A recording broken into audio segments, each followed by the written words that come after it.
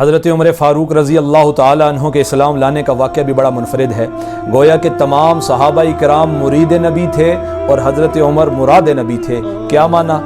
ایک شب جناب رسول اللہ صلی اللہ علیہ وسلم بیٹھتے ہیں، دعا کے لیے ہاتھ آسمانوں کی طرف بلند کرتے ہیں اور کیا خوبصورت دعا کرتے ہیں، اللہم اعز الاسلام بعمر بن الخطاب، یا اللہ عمر کے ذریعے اسلام کو عزتیں عطا فرما، یا اللہ عمر کے ذریعے اسلام کو طاقت عطا فرما، یا اللہ عمر کے ذریعے اسلام کو بلندیاں اور ترقیاں عطا فرما۔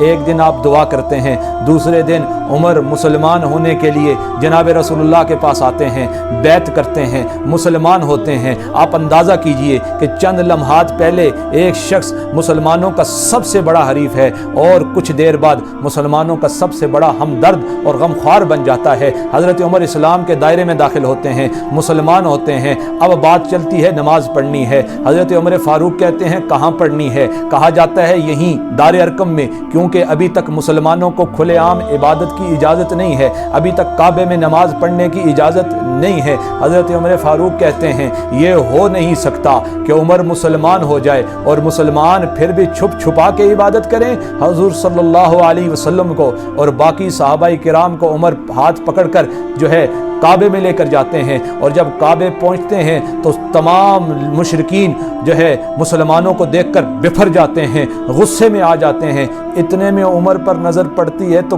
کانپنے لگتے ہیں، کھسکی بلی کی طرح بھاگنا شروع کرتے ہیں۔ حضرت عمر فاروق کہتے ہیں اگر کسی نے اپنی بیوی بیوہ کروانی ہے تو آ جائے مقابلے کے لیے، اور اگر کسی نے اپنے بچے یتیم کروانے ہیں تو آ جائے پڑ میں، میدان خالی ہے، عمر حاضر ہے لڑنے کے لیے۔ لیکن کسی کے اندر اتنی ہمت نہیں ہے کہ عمر کا مقابلہ کرے۔ اب تصور تو کیجئے کہ چند لمحات پہلے ایک شخص مسلمانوں کا سب سے بڑا مخالف اور حریف ہے، اور چند لمحوں بعد مسلمانوں کا سب سے بڑا مددگار اور غمخوار بن جاتا ہے۔ بات کیا تھی؟ صرف ایک نظر کرم کا معاملہ تھا، جس کے بارے میں شاعر کہتا ہے خود نہ تھے جو راہ پر اوروں کے ہادی بن گئے، وہ کیا نظر تھی جس نے مردوں کو مسیحا کر دیا۔ حضرت عمر رضی اللہ تعالی ہر میدان کے شاہ سوار رہے، خلافت کی تو بے مثال، حکومت کی تو بے مثال، عبادت کی بے مثال، اور تقوی اختیار کیا تو بے مثال، سیاست ایسی کر کے دکھائی کہ سب سے بڑا سیاسی حریف اور مخالف یہ کہنے پر مجبور ہو گیا، یہود یہ کہنے پر مجبور ہو گیا کہ عمر اتنا عرصہ اور خلافت کر جاتے تو پوری دنیا پر اسلام کا جھنڈا لہرا لیتے، اور خلافت ایسی کر کے دکھائی کہ چار دیواری کے اندر ایک ماں ہے، ایک بیٹی ہے، بیٹی ماں سے کہتی ہے اماں آج جانور نے دودھ تھوڑا دیا ہے کیا کروں؟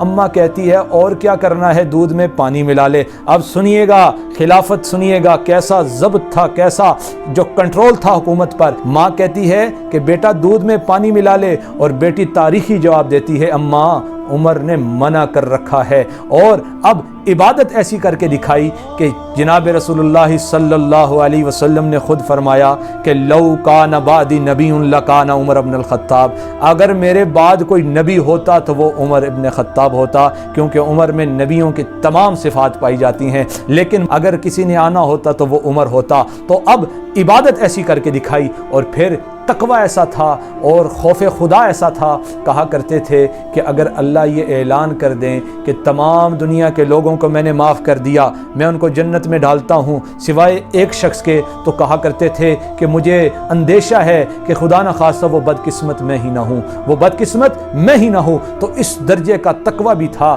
اور حالانکہ جناب رسول اللہ صلی اللہ علیہ وسلم نے کئی مقامات پر آپ کے بارے میں جنت کی بشارتیں بھی دی، کئی دفعہ تو یہ بھی فرمایا کہ قیامت کے دن جب میں اٹھوں گا میرے دائیں طرف ابو بکر ہوگا، بائیں طرف عمر ہوگا۔ اتنی بشارتوں کے باوجود بھی حضرت عمر کا یہ حال ہے، تقوی کا یہ حال ہے، خوف خدا کا یہ حال ہے۔ کہا کرتے تھے کہ اگر اللہ یہ اعلان کر دیں کہ تمام دنیا کے لوگوں کو میں نے معاف کر دیا سوائے ایک شخص کے، تو مجھے ڈر لگا رہتا تھا کہ وہ بدقسمت میں ہی نہ ہوں۔ تو یہ خوف خدا کا عالم تھا۔ ایک دفعہ حرم کی طرف آ رہے ہیں مدینے سے، تو جب ایک مکے کی ایک وادی میں پہنچتے ہیں تو حضرت عمر اس وادی کو دیکھنا شروع کرتے ہیں، تھوڑی دیر زیادہ ہوتی ہے تو خادم آگے آتے ہیں، کیا امیر المومنین کیا وجہ ہے آپ اس وادی میں کھڑے ہو گئے؟ تمام لشکر آپ کے ادب میں کھڑا ہوا ہے، کوئی خدمت ہے، کوئی کام ہے، ہمیں بتائیے، ہم فوراً بجا لاتے ہیں۔ اپنا قصہ چھیڑ بیٹھتے ہیں، کہتے ہیں کہ لڑپن میں میرا والد خطاب مجھے یہاں اونٹ چرانے کے لیے بھیجا کرتا تھا، لیکن مجھے اونٹ چرانے کا سلیقہ نہیں آتا تھا، مجھے نہیں پتا تھا کہ اونٹ کیسے چرائے جاتے ہیں، اور شام کو خالی پیٹ اونٹوں کو لے جایا کرتا تھا۔ والد خطاب مجھے اس بات پہ ڈانٹا کرتا تھا، کہتا تھا کہ عمر تو اپنی زندگی میں کیا کرے گا، تجھے تو اونٹ بھی چرانے نہیں آتے۔ تو حضرت عمر فاروق رضی اللہ تعالیٰ فرماتے ہیں کہ میں جس عمر کو اونٹ تک چرانے نہیں آتے تھے، آج اللہ نے اس اسلام کی بدولت اور جناب رسول اللہ کی بدولت مجھے مسلمانوں کا امیر بنا دیا۔ جب تک بکے نہ تھے کوئی پوچھتا نہ تھا، آپ نے خرید کے انمول کر دیا۔ تو اس طرح کا حضرت عمر رضی اللہ تعالیٰ کے اندر جو ہے وہ خوف خدا تھا، اور اس طرح کا آپ کے اندر اہمیت دین تھی۔ حضرت عمر فاروق رضی اللہ تعالیٰ جیسا جری بھی کوئی نہیں تھا، اور حضرت عمر فاروق جیسا عاجز اور خوف خدا رکھنے والا بھی کوئی نہیں تھا۔ تو حضرت عمر فاروق رضی اللہ تعالیٰ کا نرالائی انداز تھا۔ اللہ نے وہ خلافت عطا فرمائی کہ 22 لاکھ مربع میل پر حضرت عمر فاروق رضی اللہ تعالیٰ نے خلافت کر کے دکھائی، اور مسلمانوں کا امیر المومنین بنا کے دکھایا، اور کیسر و کسریٰ جیسی سپر پاوریں بھی مسلمانوں کے لیے ڈھیر ہو کر اللہ نے زمین میں گرا دی، لیکن صرف اس وجہ سے کہ مسلمانوں کا جو حکمران تھا وہ ایک عادل اور نیک انسان تھا۔ اللہ نے پوری دنیا کو مسلمانوں کے قدموں میں ڈال دیا، جس کے بارے میں شاعر نے بھی کہا نا کہ بات کیا تھی کہ نہ کیسر و کسریٰ سے دبے، چند وہ لوگ کے اونٹوں کے چرانے والے، جن کو ہوتا تھا کافور پہ نمک کا دھوکھا، بن گئے دنیا کی تقدیر بدلنے والے۔ یہ اللہ سے دعا ہے کہ اللہ ہمیں وہی تقوی، وہی طاقت اور وہی عروج عطا فرمائے جو اللہ نے مسلمانوں کو اس وقت عطا فرمایا تھا، اور حضرت عمر فاروق کی سیرت پر عمل کرنے کی توفیق عطا فرمائے۔ وآخر دعوانا ان الحمدللہ رب العالمین۔